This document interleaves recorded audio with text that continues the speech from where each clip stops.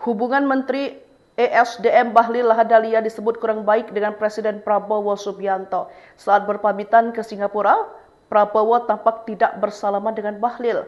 Momen itulah yang diduga sebagai penyebab hubungan Prabowo dan Bahlil renggang. Namun belum ada keterangan resmi terkait hal tersebut.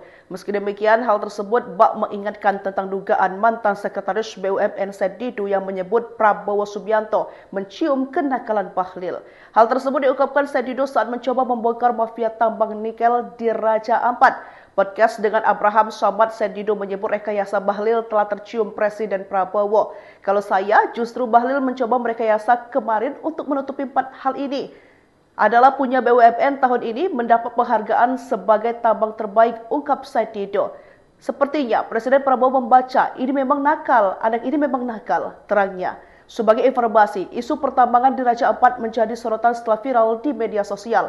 Pemerintah melalui Menteri SDM baru bergerak setelah tagar Stop Raja Ampat bergaung. Awalnya Bahlil menyebut pertambangan nikel di Raja Ampat berjalan baik karena menyidak PT KAK. Nyatanya pemerintah justru mencabut izin usaha tempat dari 5 perusahaan tambang nikel di Raja Ampat tersebut.